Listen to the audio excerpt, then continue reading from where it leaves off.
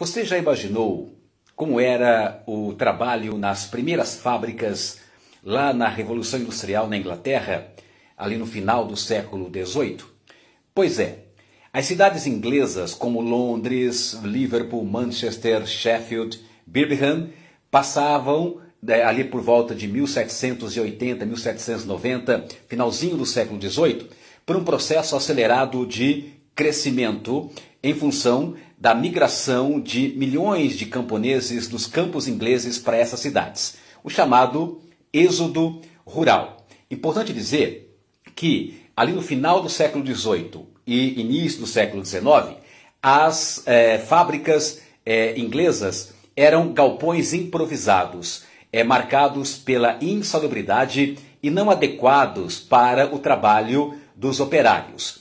Lembrem-se que as primeiras legislações trabalhistas na Inglaterra, que vão dar alguns direitos aos operários, só vão acontecer por volta de 1850.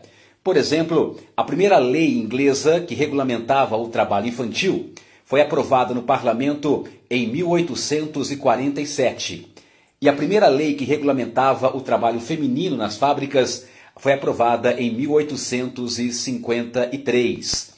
Então, nas fábricas inglesas, ali entre 1780 e 1840, mais ou menos, nas primeiras décadas da Revolução Industrial, era realmente um trabalho muito precarizado. Exemplo, há documentos mostrando crianças operárias com 4, 5, 6 anos de idade já trabalhando entre as máquinas das fábricas, tentando desenrolar os fios que ficavam presos nas engrenagens.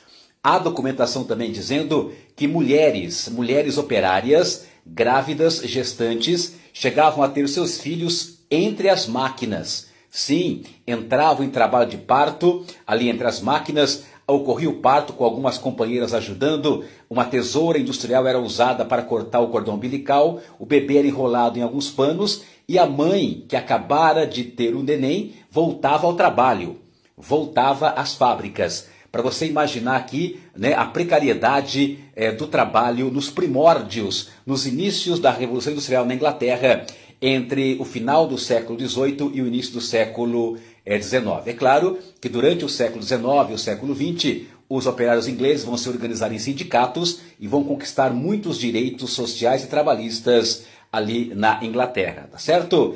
Então, aprofunde o tema, os primórdios na Revolução Industrial. Abraços pedagógicos.